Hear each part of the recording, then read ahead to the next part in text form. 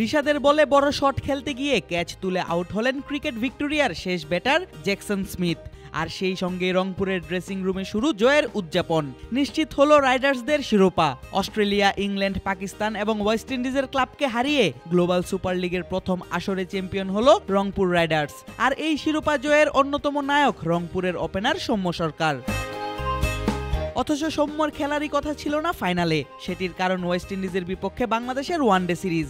৮ তারিখ থেকে শুরু হবে সিরিজ, তাই জোর প্রস্তুতি নিচ্ছে বাংলাদেশের স্কোয়াডে থাকা প্লেয়াররা। আর সেখানেই যোগ দেওয়ার কথা ছিল রংপুরের হয়ে গ্লোবাল সুপার লিগে খেলা সৌম্য, আফিফ এবং রিশাদের। কিন্তু শেষ মুহূর্তে বিসিবি ফাইনাল খেলতে অনুমতি দেয় এই ৩ টাইগার ক্রিকেটারকে।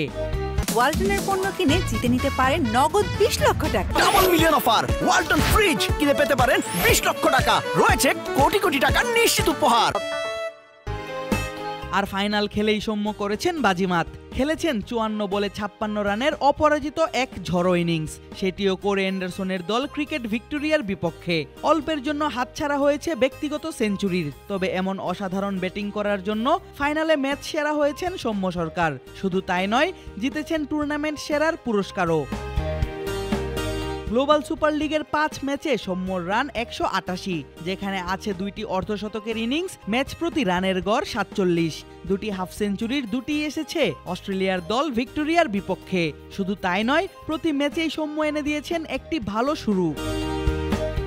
এর আগে কখনো বিদেশের কোনো ফ্র্যাঞ্চাইজি লিগে খেলা হয়নি বাংলাদেশের এই বাঁহাতি ওপেনারের। বিপিএল এর বাইরে নিজের প্রথম টুর্নামেন্টেই সিরিজ সেরা হয়ে সৌম্য যেন প্রমাণ করলেন কেন তাকে এখনো দরকার সাদা বলের টাইগার স্কোয়াডে। বেশ অনেকদিন ধরেই ব্যাট হাতে রানে ধারাবাহিক নয় সৌম্য।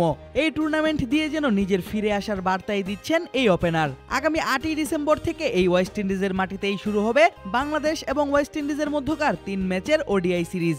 ইতোমধ্যেই এখানকার কন্ডিশনের সাথে পুরোপুরি মানিয়ে গেছেন সৌম্য।